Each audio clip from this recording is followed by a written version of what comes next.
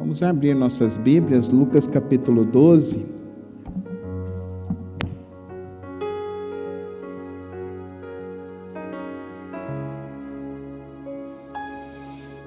Lucas capítulo 12.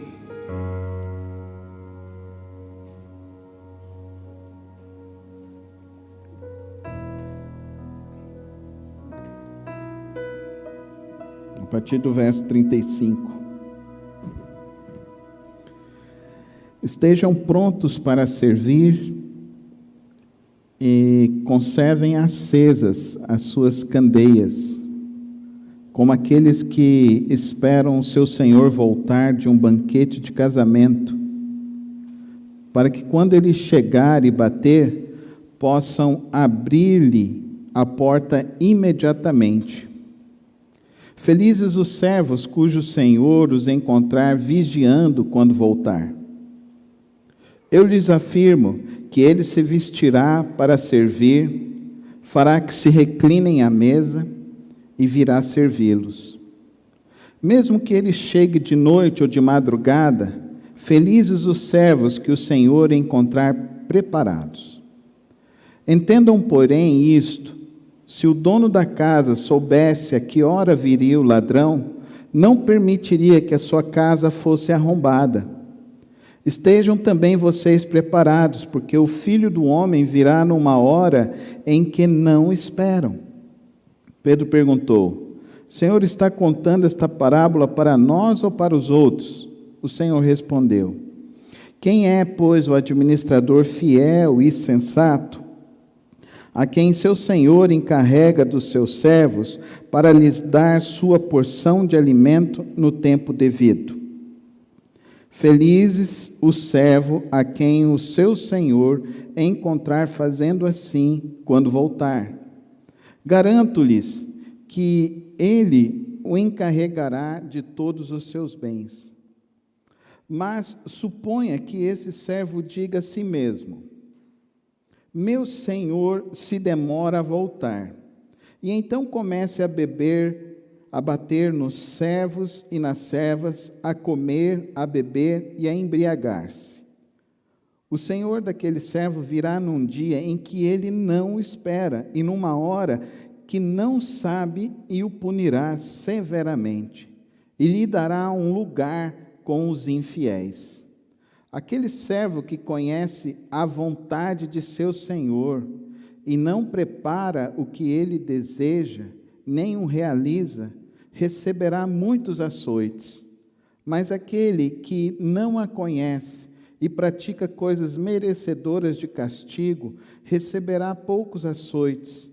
A quem muito foi dado, muito será exigido, e a quem muito foi confiado, muito mais será pedido. Vim trazer fogo à terra, e como gostaria que já estivesse aceso.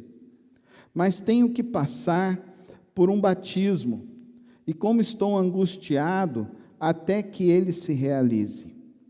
Vocês pensam que eu vim trazer paz à terra? Não, eu lhes digo, ao contrário, vim trazer divisão. De agora em diante, haverá 5 numa família divididos, uns contra os outros, 3 contra 2 e 2 contra 3. Estarão divididos pai contra filho, e filho contra pai, mãe contra filha, e filha contra mãe, sogra contra nora, e nora contra sogra. Dizia ele à multidão: quando vocês veem uma nuvem se levantando no ocidente, logo dizem: vai chover, e assim acontece. E quando sopra o vento sul, vocês dizem: vai fazer calor, e assim ocorre. Hipócritas! Vocês sabem interpretar os aspectos da terra e do céu. Como não sabem interpretar o tempo presente? Por que vocês não julgam por si mesmos o que é justo? Quando algum de vocês estiver indo com o seu adversário para o magistrado, faça tudo para se reconciliar com ele no caminho, para que ele não o arraste ao juízo. O juiz o entregue ao oficial de justiça, e o oficial de justiça o jogue na prisão. Eu lhes digo que você não sairá de lá enquanto não pagar o último centavo. Senhor Deus e Pai, ao lermos Tua palavra nesta manhã, Senhor, ficamos com temor e tremor, Senhor. Pedimos, ó Deus, que o Teu Espírito nos leve a compreender Tua vontade e Teu querer, e que nada, ó Deus, seja posto como obstáculo para a compreensão do Teu querer e da Tua vontade. Ajuda-nos, ó Deus, a compreender o propósito de nossas vidas, à luz da Tua palavra, em nome de Jesus. Amém. Essa semana morreu um pastor amigo meu lá de São Paulo. Ele era um pouco mais novo do que eu, 46 anos. Ele se suicidou. Ele chegou em casa, deu um beijo na esposa, nos filhos, entrou para o banheiro, desencapou o fio do chuveiro e pôs fim à vida.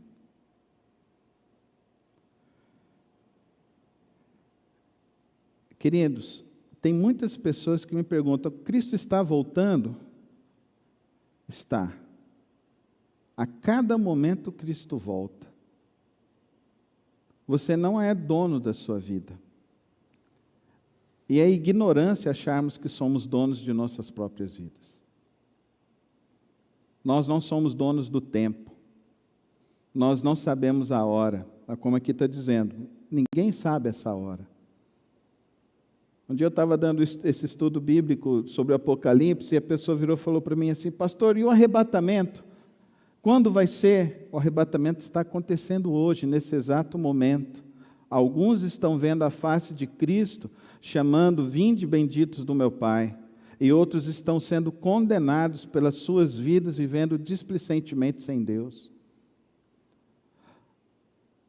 Jesus, ele diz que volta. Sim. Ele está voltando? Sim. Um dia vai voltar e tudo vai ser transformado nessa terra? Sim. Só que Cristo está voltando agora, hoje, nesse exato momento. E como nós temos vivido nossas vidas? Nesse texto, ele fala que nós precisamos estar prontos para servir e conservar acesas as suas candeias. Jesus, ele fala aqui 4 realidades da vida cristã que precisam fazer parte da vida daqueles que realmente dizem, que confessam que Jesus Cristo é o seu único e suficiente Salvador. E a primeira característica, essas pessoas servem a Deus. Servir aqui não é uma condicional, não é uma questão de um cargo, não é uma questão de alguma coisa. Servir é algo que está dentro do cristão, ele está preparado para servir.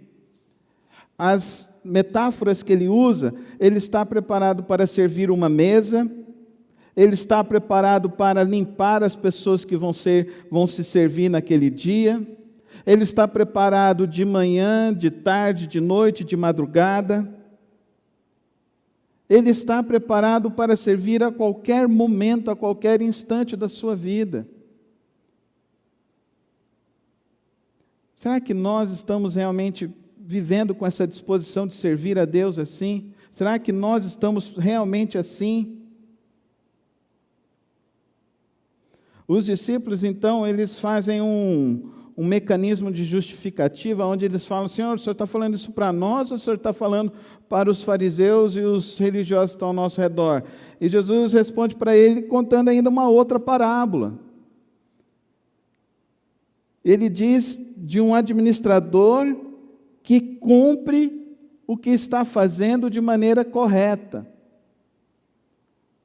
Agora, no decurso da vida, muitas pessoas acham assim, que têm o controle da vida, que têm o controle do tempo, que tem o controle das coisas, e por isso eu posso me desviar aqui por um caminho, posso me desviar por outro caminho, posso lesar alguém aqui, posso fazer o mal para outro aqui, e não há esse tempo, querido irmão e querida irmã, não há esse tempo. Quem somos nós diante do tempo da vida? Não somos nada, não somos nada. Esse colega do ministério fez essa atitude e a esposa postou depois falando que ele estava sofrendo há mais de 6 meses de depressão. E durante esse período de 6 meses, ninguém da igreja foi visitá-los. Ninguém da igreja foi estender a mão para o pastor. Ninguém da igreja se preocupou em saber como que o pastor estava. Mas todos os dias chegavam mensagens e pessoas pedindo para ele orar. Nós achamos e estamos sempre querendo criar um mecanismo onde a gente possa colocar o outro para servir. Se eu dou meu dízimo, então o pastor tem que cumprir o seu papel. Eu estou sustentando a igreja financeiramente, então estou aqui no meu trabalho e estou sustentando aqui financeiramente. Então, na minha vida, não importa se tem uma festa da família, no horário do culto, ou se eu marco o meu casamento no horário do culto da igreja, ou se eu marco o aniversário de 1 ano da minha filha, do meu filho, no horário do culto da igreja, pela manhã ou à noite. Não me importa isso, é isso que ele está dizendo aqui. Que você vai vivendo a sua vida de tal maneira que você acha que você tem o controle para fazer as coisas como você bem entende. Tenha sinceridade no seu coração, querido irmão, e entenda que você não tem esse controle. O evento de Cristo voltar não é um grande evento que vai acontecer, nem um evento que vai acontecer na segunda, de alguma outra maneira, um raio que vai cair, todos vão ver. Cristo está voltando todos os dias, a todos os instantes. Crentes morreram nessa Covid, nessa pandemia, morreram. Infiéis morreram nessa pandemia, morreram. Mas muitos agentes secretos, que dentro da igreja se fazem de crente, mas no mundo ninguém sabe que eles são crentes, morreram também. Qual o destino deles? O texto aqui diz o seguinte: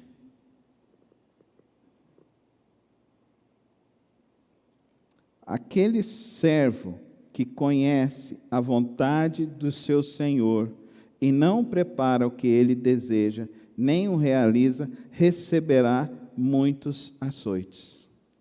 Mas pastor, uma vez salvo não é salvo para sempre? Sim, uma vez salvo, salvo para sempre, para aquele que vive em santidade.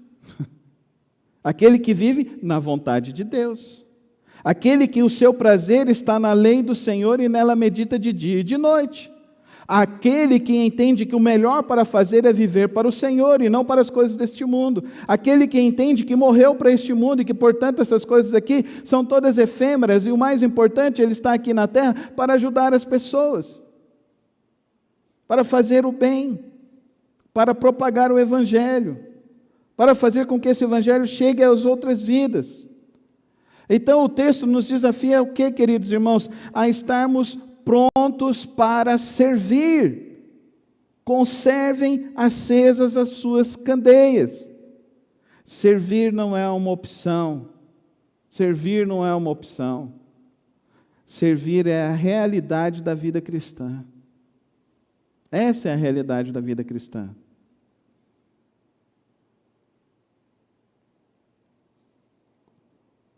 Segunda realidade que ele fala sobre a vida cristã, que ele nos diz aqui: haverá um julgamento.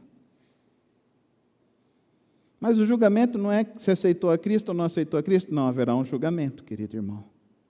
Um julgamento da sua vida diante de Cristo. Não é um julgamento do pastor e dos religiosos. Na verdade, queridos irmãos, nós como igreja não podemos fazer nada. O que é desligar uma pessoa porque cometeu um pecado? Infelizmente essas coisas acontecem. Pessoas que realmente dizem que são membros da igreja, mas vivem uma vida tão distante do Senhor e fazem os seus pecados publicamente. Ah, então tem que fazer escondido, pastor? Não, querido irmão, mas assim, se tornou público e notório, a igreja vai ter que tomar uma atitude. Agora, infelizmente, tem situações que são complicadas. Alguns anos atrás, 2 pessoas foram desligadas da igreja, depois começaram a falar que eu que fui o culpado. Eu falei assim, eu fui o culpado, eu não fiz pecado nenhum, não fui na casa de ninguém, não chamei ninguém, a mulher de ninguém, o marido de ninguém para sair. Não é assim, querido irmão. Você se diz servo de Jesus Cristo? Qual é a sua ética? O seu viver é assim, sim, não, não? Qual é o padrão de moralidade que você vive? Para você não adulterarás, não está escrito na tua Bíblia? E Jesus ainda falou ainda mais. Se você olhar para a mulher do teu próximo, você já está condenado. Qual que é o teu padrão de vida? Qual que é o teu padrão moral? A vida cristã, então, ela é uma realidade de servir a Deus, mas é uma realidade de ética, de procedimento. Ou você acha que os 10 mandamentos não são procedimentos morais? Não furtar, não pegar o que é do outro. Jesus falou que você não pode nem fazer, pedir emprestado. Não matar, mas ele fala que se você criar um ódio, que você quer matar o outro dentro do seu coração, mesmo você não, vai falar que você não pensa nisso. Vai dizer que você está passando nesse mundo incólume, que você tem umas pessoas que você fala assim, se eu tivesse um 38, eu dava um tiro na cabeça. Não é assim? Mas a gente não pode viver a vida cristã achando que ela é sem moral e sem ética. Existe uma moral, existe uma ética, e é a ética de Deus. Qual é essa ética, pastor? Leia os 10 mandamentos. Leia o texto áureo de Jesus: amarás o Senhor teu Deus de todo o teu coração, com toda a tua força, de todo o teu entendimento, e o teu próximo como a ti mesmo. Tenta viver isso. Mas se eu não conseguir viver, querido irmão, se você não conseguir viver, está aqui o que está escrito.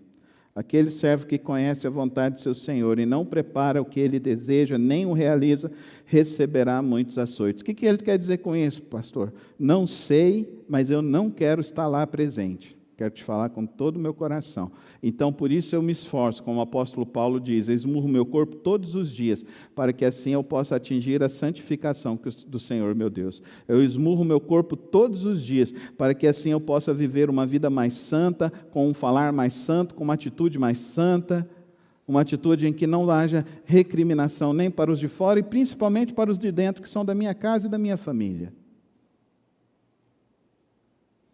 Terceira realidade da vida cristã, queridos irmãos, a gente vive hoje dentro dessa visão de politicamente correto e de agradar todo mundo. Hoje, pastor, então, ele não é aquele que anuncia a palavra de Deus, o pastor é aquele, então, que ele paparica crentes. Então, mesmo se você está errando, é assim mesmo que acontece e tal. Você não está vindo na igreja, eu fui lá, onde uma pessoa virou e falou para mim assim, pastor, o senhor nem me ligou. Eu falei assim, como eu não te liguei? Nesses últimos 3 anos, eu te liguei, mês sim, mês não, todos os dias eu te enviei mensagens, nós nos encontramos em vários locais, e eu sempre falando, está na hora de voltar, irmão, está na hora de voltar, e você fala, vou voltar, como assim? Querido irmão e querida irmã, olha o que Jesus diz aqui, eu vim trazer o que, irmãos? Fogo à terra. Eu não vim passar a mão na cabecinha de ninguém. Hoje esse evangelho do politicamente correto, hoje esse evangelho de cliente, onde você está aqui para agradar o cliente, agradar a audiência, é totalmente contrário à palavra de Deus. Totalmente contrário.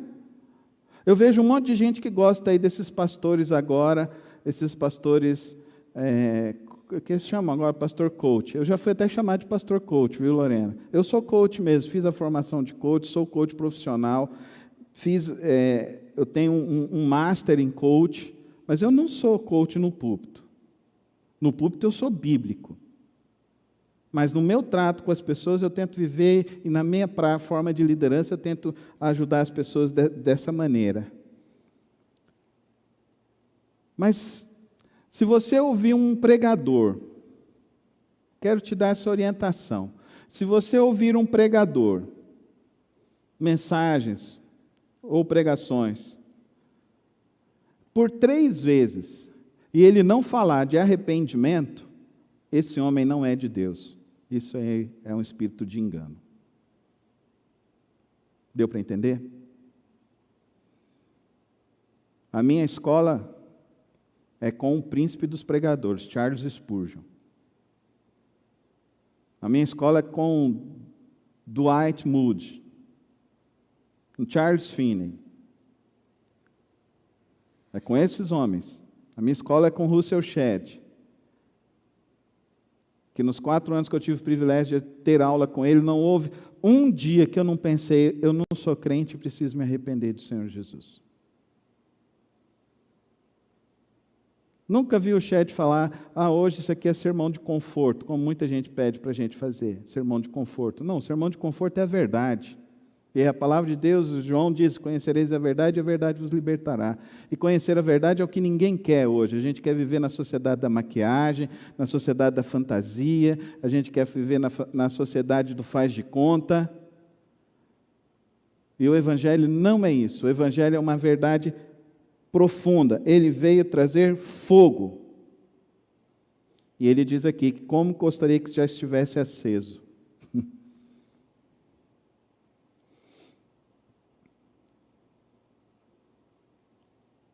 Eu vim trazer divisão.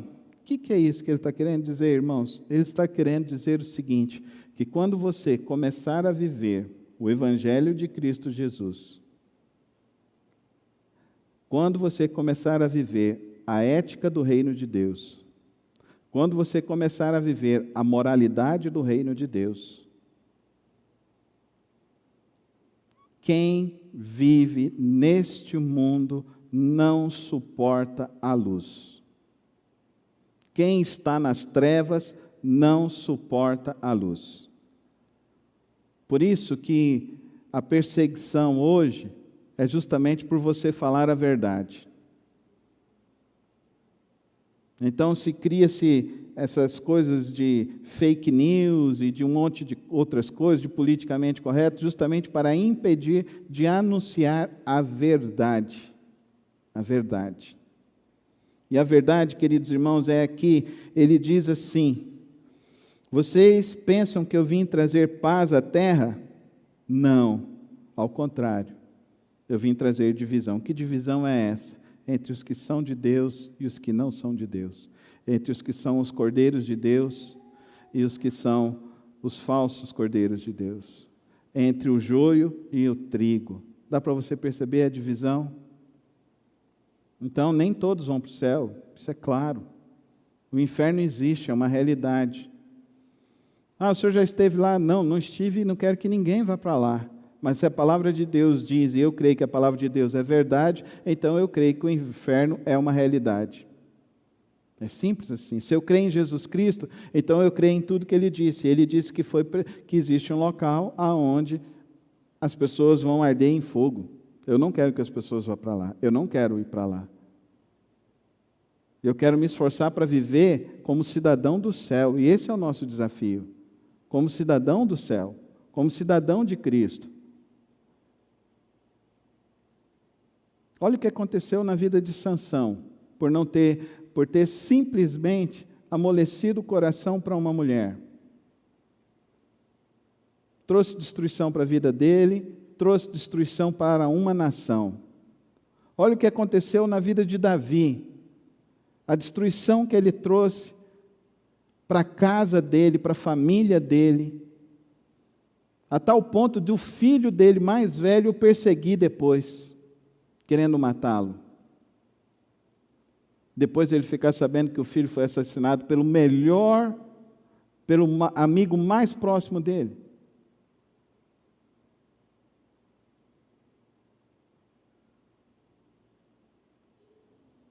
Ele veio trazer divisão entre os que vivem servindo a Deus e vivem a ética e a moral do reino de Deus. Ah, mas a moral do reino de Deus não é amor, pastor? Sim, é amor. Então vale tudo quanto é forma de amor. Não, não vale tudo quanto é forma de amor. Essa semana eu estava vendo uma pregadora aí que ela falando do termo lá, malakói, que não fala de homossexualidade e tal. Aí a pessoa que estava conversando com ela, uma pessoa muito preparada, pegou e citou para ela os 6 maiores dicionários gregos ao longo de toda a história da humanidade. E Malakói coloca o quê? Pederastia, homossexualidade, que é isso que significa pornografia e prostituição, adultério. Isso que significa o termo Malakói. Porque as pessoas hoje querem legitimar uma vida sem Deus, uma vida de pecado. Querido irmão, o nosso Senhor Jesus Cristo foi santo nessa terra. O nosso Senhor Jesus Cristo, nesse mundo, Ele foi sujeito às mesmas paixões que nós, mas Ele foi santo, Ele viveu incólume a tudo isso que aconteceu. Ele não se misturou à sujeira deste mundo. Esse é o nosso desafio. Por último, queridos irmãos, o texto nos desafia também, queridos irmãos, ao perdão. Verso 58. Quando alguns de vocês estiver indo com seu adversário para o magistrado, faça tudo para se reconciliar com ele no caminho. Perdão. Quem conhece a Jesus Cristo, perdoa. Resolve seus problemas. Resolve as suas questões.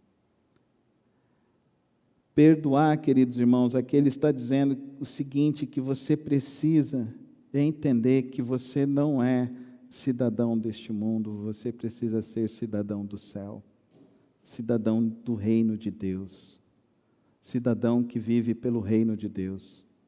A minha lei e a sua lei é maior do que qualquer lei humana, porque a nossa lei é a lei de Deus.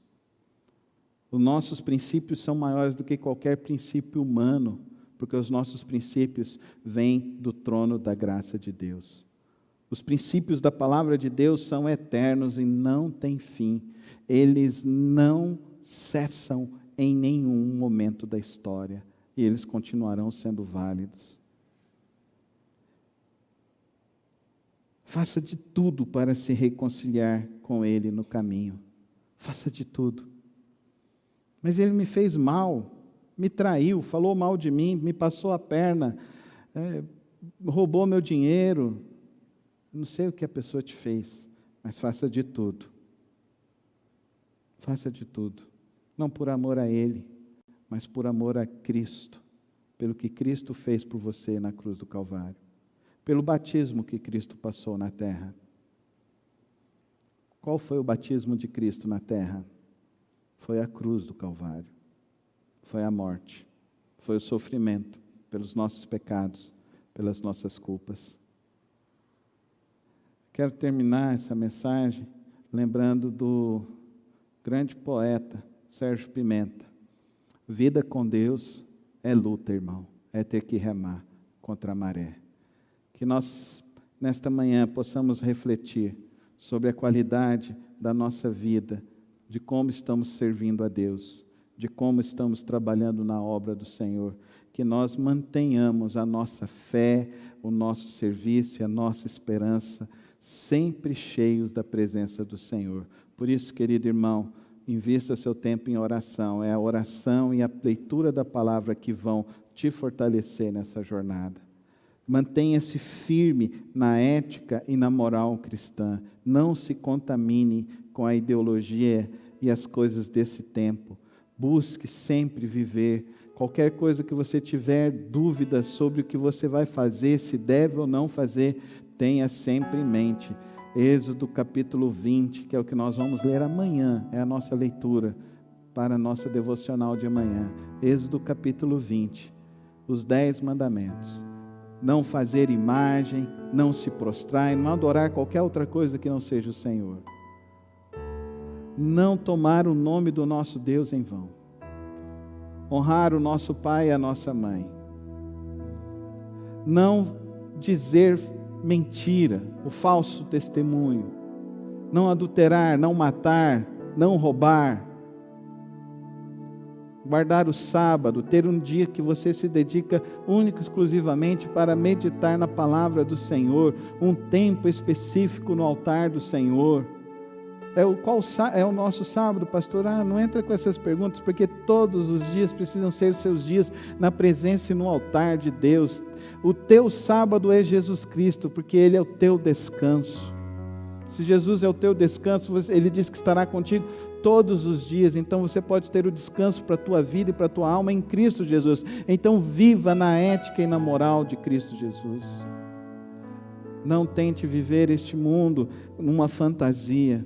Encare os problemas que você precisa encarar dos teus pecados e perdoe-se diante de Deus e resolva os teus problemas diante de Deus.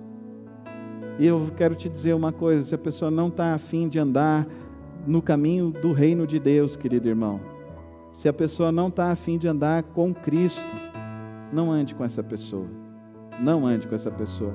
Mas como que nós vamos evangelizar, pastor? Evangelizando, falando, fale de Cristo. Fale de Cristo Jesus. Mas eu vou lá no lugar tal, onde a pessoa está, para ver se eu trago ele aqui para a igreja. Não, querido irmão, se a pessoa está recusando o seu convite para vir à igreja, confia no Senhor que Ele tem algo melhor para a sua vida, e não fique vivendo nesse caminho assim. Confie em Deus, porque Deus será a tua provisão, Ele é a tua provisão. O texto de hoje diz que que Deus é a nossa bandeira, porque Abraão precisava ficar com os braços estendidos para o povo ter a vitória lá contra os amalequitas, e aí levantou Arão e Ur para segurar os braços deles. Aí depois eles juntaram pedras para que eles pudessem continuar segurando os braços dele, e ele falou: Deus é a minha bandeira. Então, se Ele é a tua bandeira, ande com ela em riste. Não recolha a bandeira de Deus em nenhum momento na tua vida, porque a tua bandeira tem que flamular pelas asas do Espírito, na força do Espírito Santo de Deus. E reconcilie-se com quem você tem que se reconciliar. Perdoe quem você tem que perdoar. Pare de nutrir o mal no teu coração e nutre a paz de espírito com Cristo Jesus. Perdoe e resolva-se diante de Cristo Jesus. O que é a vida cristã? A vida cristã é caminhar com Cristo todos os dias, na presença dEle, todos os dias. Que o Santo Espírito encha a tua vida nesta manhã com a graça, o poder e a esperança que há no nome de Cristo Jesus. Feche teus olhos, vamos orar.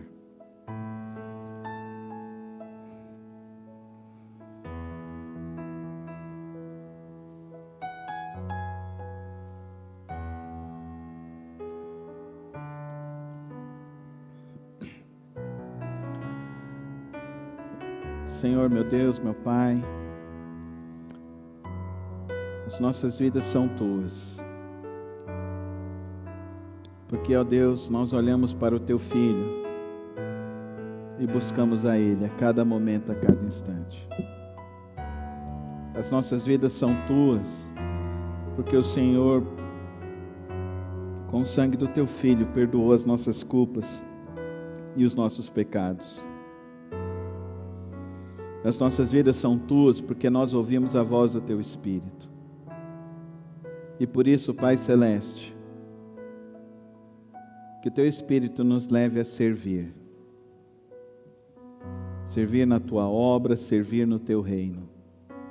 Que o Teu Espírito nos leve a viver a Tua ética e a Tua moral.